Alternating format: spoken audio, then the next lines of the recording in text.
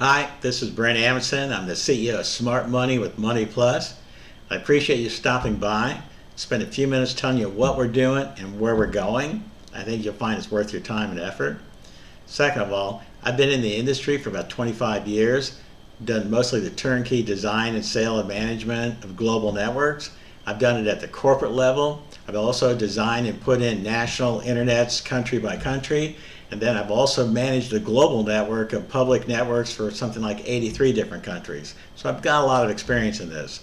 But what I have done also is when I sell these networks, it's mostly based on capabilities. What you're looking at, you need the network, you need performance, you need the reliability, but you're looking at that country, that industry, and looking at their customers and what they're trying to accomplish, and design whole new capabilities that will give them a competitive edge over the next 5, 10, 15 years. And you're always pushing the technology boundaries, even within your own architecture.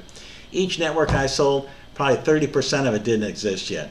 What I did is I came up with new ideas, new capabilities, talked to our engineers, found out if we could do it and when we could do it and how much it would cost, and we proposed it and sold this stuff out and rolled it out country by country, company by country. I've done American Express, Citibank, Hong Kong Shanghai Bank, Fuji Bank, ANZ Bank. Also on a global service level, I manage Visa, MasterCard, JP Morgan, and Bank of America. So I've got experience in the financial networks. I actually have a knack for them. So this is what we've done with SmartMoni and MoniPlus. I'm always looking for new technology to provide new capabilities and new services. If you look at the last 15 years, there's probably been two things in which gave us an opportunity to do that. One was the smart chip that they put in the credit cards. The second is the blockchain. The SmartMoni MoniPlus model that we're looking at right now, I was ready to roll this thing out in the smart chip 10 years ago. And we were all positioned to launch. I had a family emergency, so I had to cut everything short and abandon my effort. But over the next 5 or 6 years, there's 2 or 3 companies that were doing something similar into the marketplace with the smart chip, trying to provide additional value-added services. One was in Singapore, one was in Sydney, and one was in France. And each one of these companies was relatively successful. They landed major accounts, they were doing fairly well, and actually each one of them was listed as one of the top financial app services within the banking industry each year for about 3 to 5 years. But what was interesting was watching at their experience level. What you saw is they're on that credit card, and between the banking fees and the credit card fees, they were crowded out. There was just too much going on that card, and there wasn't enough room for value-added services. And on top of that, if you looked at it, the banks and the credit card companies weren't interested in providing additional services. These guys were like, add-on bystanders that would go in and provide additional services to major banks, by the way. And the third thing, which is kind of funny, if you look at the smart chip, it was implemented worldwide. Everyone had it. Mexico had it. The one country who did not implement it until last year, it's like 2015 or so, was the United States. They're the last country on the planet to implement the smart chip. And the reason is the smart chip gave better security, so there's less fraud, less theft.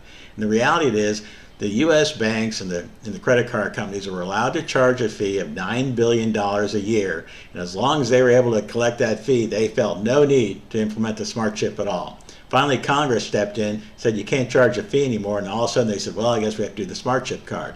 But once again, it shows the inclination that these bank and credit card companies have in terms of trying to service their clients better. They had a big opportunity, whole new capabilities, and they just flat out weren't interested until they were forced by law in order to do it. Then to take it a step further, the blockchain comes out, so I'm excited. Here's something I can really work with. And I'm serious. I got on the internet, I downloaded every piece of paper on this blockchain. I had it stacked up from here to there, and I read everything. But besides that, so I'm working this thing out and expanding the model a little bit because with the blockchain gives us more capabilities than the smart chip. So I'm working on this. Well, again, there's 5 payment processors on the planet. They do all the transaction processes for the credit cards and the banks and stuff like that. Well, the president of one of these companies gave me a call. He says, look, you remember me? I go, and what it is, I met these guys, bumped into them casually a year ago.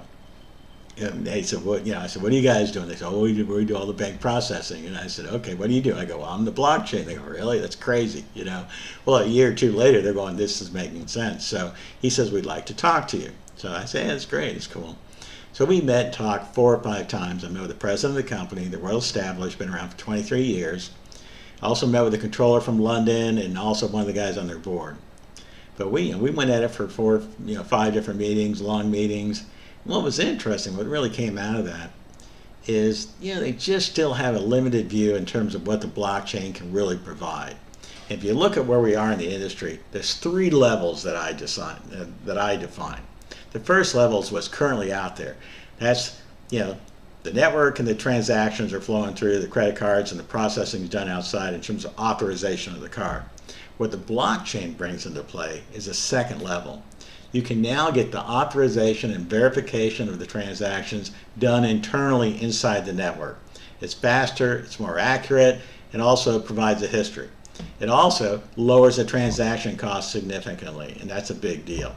The other side of the coin is the networks are all paid for by financial costs, these transaction fees. So if you're going to eliminate that, you need to come up with a new method to make money as a new business model. And the SmartMoni MoniPlus really does that in a big way, and it changes the nature of money entirely. The other side of that is that's the second level.